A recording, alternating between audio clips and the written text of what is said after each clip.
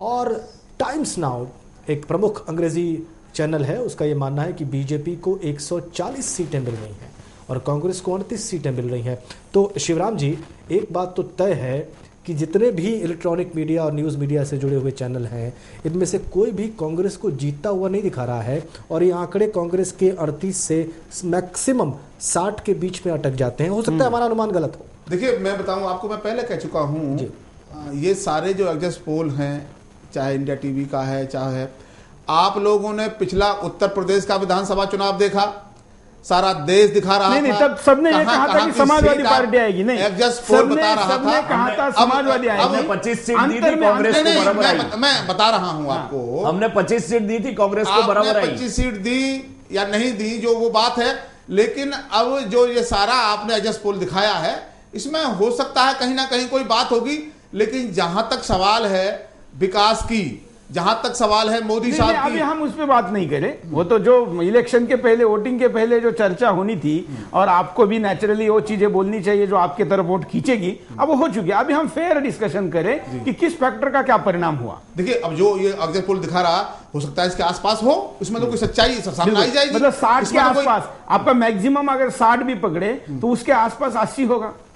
नहीं, मैं ये नहीं कहता 80 होगा 70 होगा, नहीं, मैं ये नहीं कह सकता कि 80 होगा 70 होगा, लेकिन ये विचारधारा की बात है। सारा जो भी है, अब आप लोगों ने किया है और दूसरे चैनल ने किया है, इसके आसपास हम तो सबका दिखा रहे हैं। देखिए, और विशेष बात है कि आप, मैं दोबारा कहूंगा कि सारे चैनलों का आंकड़ा जरा स्क्रीन पे दिखाएं। हम जो आंकड़े दे रहे हैं वो एवरेज इन सबके मिला के जो आंकड़े हैं वो हमारा सर्वे कहता है। जो 116 से 140 के बीच का एवरेज हमारा आता है।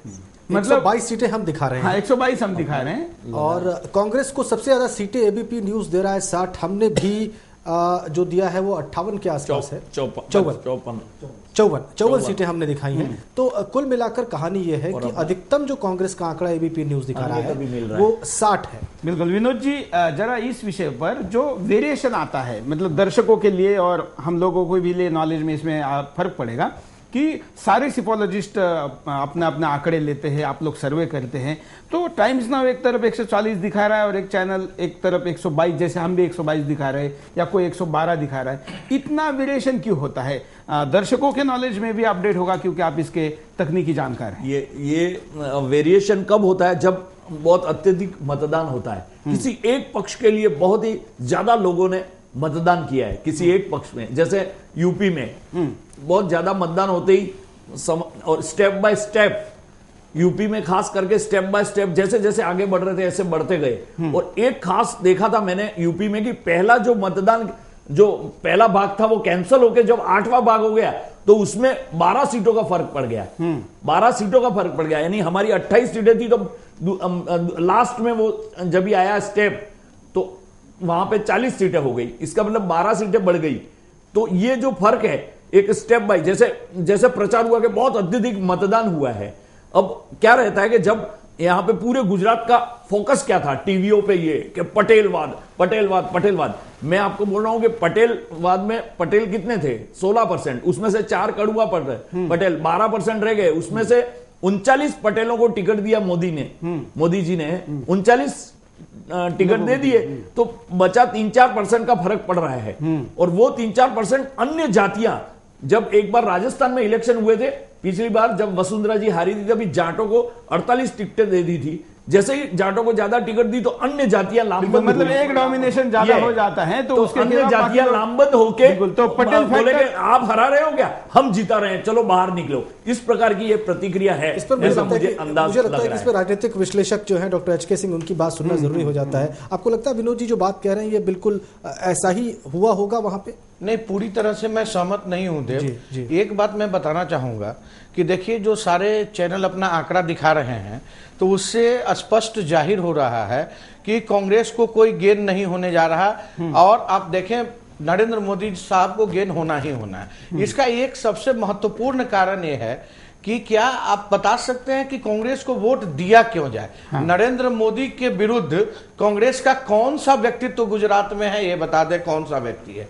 दूसरी चीज, कांग्रेस का जो प्रचार रहा है पूरे तरह से, चाहे स्टार प्रचारक कांग्रेस के गए, उसमें कहीं न कहीं नकारात्मक मानसिकता दिखाई दी। मैं आपके बात को एक बात जोड़ूंगा। भारत में इतिहास में जब से देश स्वतंत्र हुआ और चुनाव होने लगे, पहली बार कांग्रेस ने फेसलेस कैंपेन किया।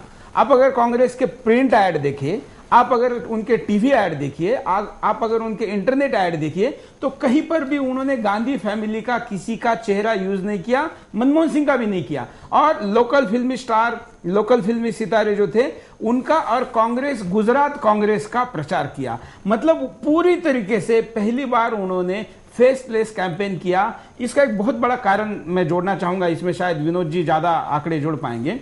मोदी ने हमेशा अटैक रखा है अपना विरोध का केंद्र की तरफ, सोनिया गांधी, राहुल गांधी, मनमोहन सिंह, उसके नीचे वो किसी के खिलाफ बोलते नहीं है। आज तक वो दिग्विजय सिंह के कभी खिलाफ बोले नहीं, आज तक वो लोकल नेता के खिलाफ बोलते नहीं, लोकल जिस नेता ने उनको बंदर कहा उसके खिलाफ भी बोले नहीं।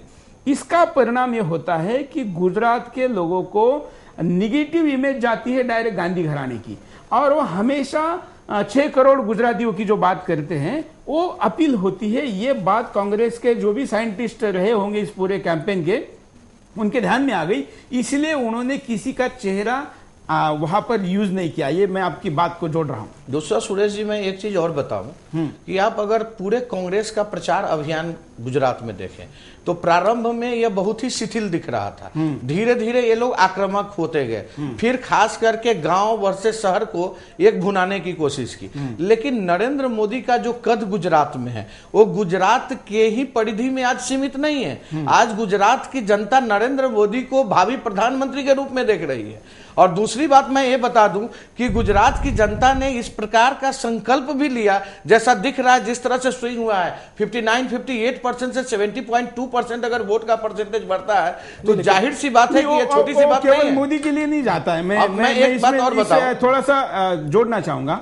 इस देश में पिछले 4-5 साल में, खास करके पिछले 2-2.5 साल में, जो एक नेशनलिज्म की माहौल बना है, करप्शन के कारण, एंटी गवर्नमेंट मूवमेंट के कारण, उसके कारण भी वोट बढ़ा है। जैसे हमारे जैसे लोगों ने भी इस कैंपेन को बढ़ाया है। तो हमने ये नहीं कहा कि मोदी के लिए वोट दो, हमने तो यही कहा कि देश के लिए वोट दो। तो जो परसेंटेज बढ़ा है वो तो नेशनलिस्ट वोट है। हाँ, ये जरूर है कि वो ज्यादा मोदी के तरफ जाएगा। लेकिन अब नेशनलिस्ट वोट सुरेश जी है, सबसे बड़ी बात है कि केंद्र के ऊपर भी लोगों की टकटकी है। भ्रष्टाचार का मामला है, सरकार पूरी तरह से भ्रष्टाचार में लिप्त रही है। एफडीआई का मामला है, कई ऐसे इस प्रकार के निर्णय हुए हैं या जनता के सामने ऐसे स्कैम आए हैं। एक मिनट में बता रहा हूं, आपको जनता के सामने जो आपने केंद्र सरकार के लिए भ्रष्ट के लिए कहा है, क्या मोदी सरकार या मोदी जी भ्रष्ट नहीं है? ये पूरा देश जानता है, पूरी दुनिया जानती है। अगर एक मिनट बात सुनिए, अगर मोदी जी भ्रष्ट नहीं है, अगर मोदी जी भ्रष्ट नहीं है तो नहीं, अगर मोदी जी भ्रष्ट नहीं है तो उन्होंने लोक आयुक्त का गठन घोटाला किया। अगर मोदी जी भ्रष्ट नहीं है तो उन्होंने लोक आयुक्त का गठन घोटाला। अब मैं बता रहा हूं, मेरी बात सुनिए भाई साहब, एक मिनट। आप देखिए, ये मोदी सरकार से आप बोल रहे हैं, मोदी जी को पूरा राष्ट्र जानता है, जो राष्ट्रवादी है, और इसी बात सबसे ज्यादा भ्रष्ट मैं कहना चाहता हूं मोदी की सरकार, संजीव जी, कम से कम 140 आपके कहने से नहीं आएंगी। अरे कोई बात नहीं, ऐसा है 20 तारीख को पूरा देश बता देगा। अब मैं बता रहा हूं आपको, सुनिए, देखिए, आप मेरी बात एक मिनट सुन लीजिए। आप, मैं अभी जर्नलिस्ट आप महोदय बैठे हैं, पूरे देश का आकलन करते हैं। गुजरात में चश्मे से जरा देखें, श्रीमान जी, दिल्ली के चश्मे से, एक मिनट मेरी बात सुन लीजिए। आप, मैं बता रहा हूं क्या कर रहे हैं, क्या नरेंद्र मोदी की बात आपने छेड़ दी। मैं बहुत सभ्यता के साथ आपका मैं सम्मान करता हूं, आपके चैनल के माध्यम से मैं आपको बता देना चाहता हूं कि गुजरात का गठन 1960 में हुआ। उससे पहले महाराष्ट्र, बंबई का एक हिस्सा हुआ करता था। 1960 से 1980 के बीच में कांग्रेस की भी सरकार रही, उसके बीच में और भी सरकार रही, और उस समय का जो वहां का विकास दर थी, उस समय की विकास दर 12 और 13% थी। आज भी वही आकलन आता है।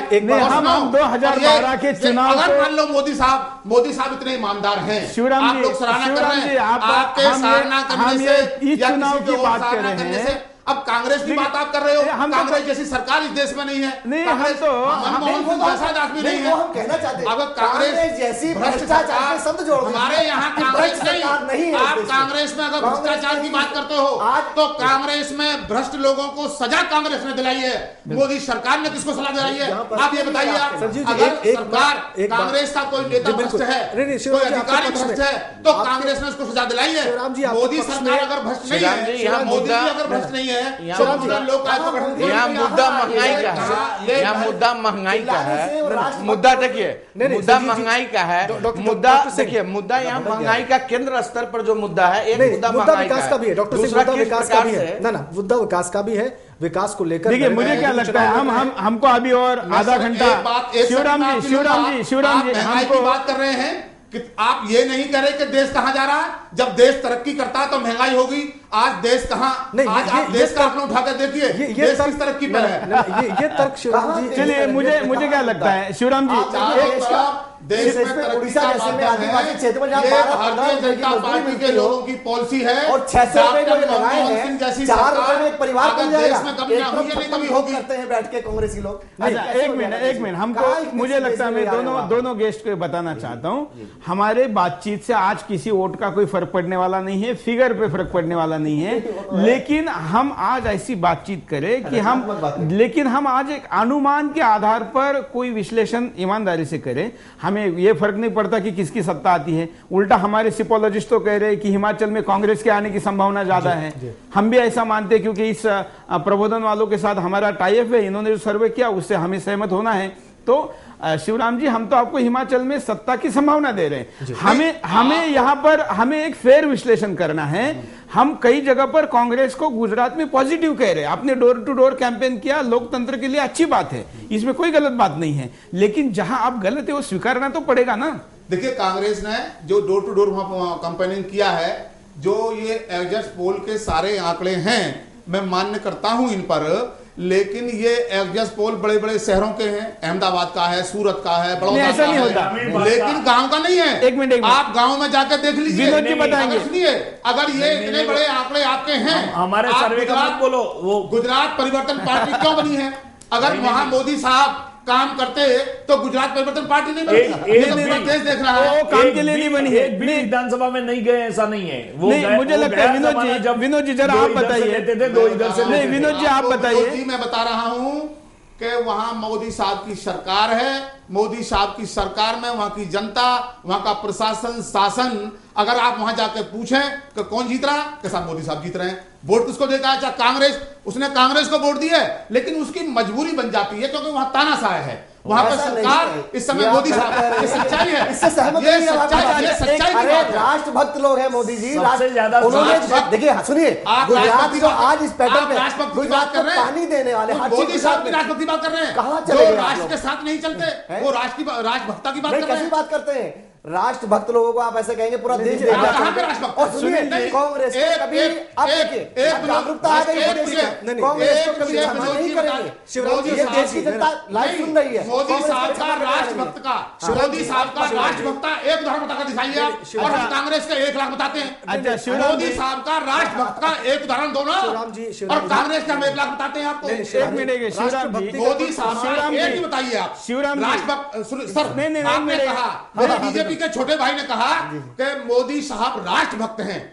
मोदी साहब का राष्ट्रभक्त का एक उदाहरण बताइए, और मैं कांग्रेस के 100 बताता हूं इस चैनल के माध्यम से आपको। ऐसा है, बताओ मुझे, आप वो कहां से राष्ट्रभक्त है? चुनाव चल रहा था, मोदी साहब को भारतीय जनता पार्टी को इतना प्यार करते हैं, आंधी चल रही, गठन नहीं किया, आप लोग बौखला गए, कांग्रेस के लोग बौखला गए हैं। हमारी सरकार प्रचंड बहुमत से बन रही है, भारतीय जनता पार्टी मोदी जी के नेतृत्व में बन रही है, हमें मालूम है। प्रधानमंत्री आप लाते हो, लेकिन कोई मुद्दा नहीं था। संजीव जी धारा की बात है। एक मिनट, ये बीजेपी वालों की मानसिकता क्या है? एक मिनट, कभी सुषमा जी को बना दिया मुख्यमंत्री, कभी उनको प्रधानमंत्री बना दिया। अरे घर बैठे बैठे आप मुख्यमंत्री, अरे हमारे यहाँ योग्यता वाले लोग हैं, देखिए आपके यहाँ नहीं है। आपके यहाँ से फैसला होता है, जो फैसला सोनिया जी करेंगी वही फैसला होगा। हमारे यहाँ योग्य व्यक्ति है।